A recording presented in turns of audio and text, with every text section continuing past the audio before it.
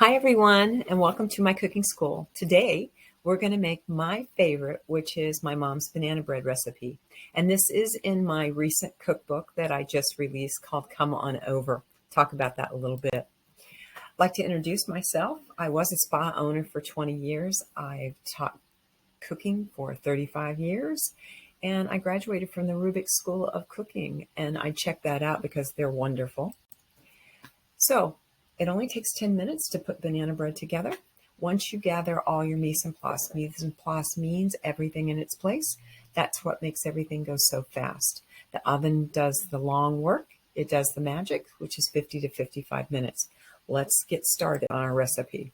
So the first thing I want you to do, you'd have to preheat your oven, have everything ready to go, because once the dry ingredients hit the wet ingredients, a chemical reaction happens and you don't want that setting out. You want to immediately bake it.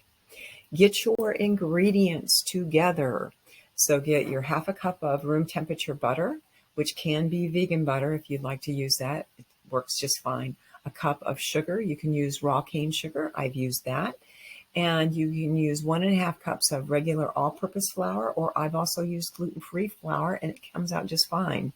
3/4 teaspoon of baking soda, 1 teaspoon of baking powder, a half a teaspoon of salt, 3 mashed ripe bananas, and a teaspoon of vanilla, and your loaf pan, or minis, as we'll talk about when I talk about giving it as a gift.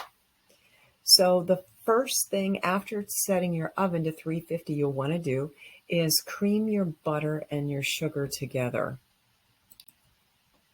The next thing we'll do, once that's creamed, go ahead and add your egg and your mashed, I keep wanting to say potatoes, but it's mashed bananas. Then add all your sifted dry ingredients in, fold that in. So now we have a combination of, we have our dry with our banana mixture, and then we add our vanilla in. We're done. Now you pour it into your greased and floured loaf pans and let the oven do all the work. Remember, the oven set at 350, start checking it at 50 minutes. Now, if you decide to use the mini pans or the abundant pans, the small minis, you'll want to start checking about 35 minutes into your baking time to see if it's done, because it's smaller loaves, more circulating air. So I'd like for you to bake with me, gather your ingredients together, get it all ready to go. And your ingredients list one more time is your butter, your sugar, your dry ingredients, your mashed bananas, and your loaf pan ready to go. Now, you don't just have to make a boring banana bread. I've got a few tips for you to make it your own. So if you want to add a little tang and a little moisture, add a tablespoon of sour cream, buttermilk, or yogurt. It gives it a wonderful flavor. Here's my favorite. I like making it into gifts. So use mini abundant pans, use brownie pans, use mini loaf pans, anything that would make a wonderful individual gift. I like doing that.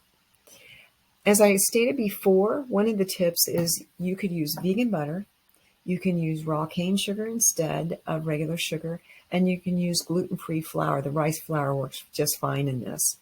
And if you're going to go to the trouble of doing a banana bread, why not throw a coffee party? I love theme parties.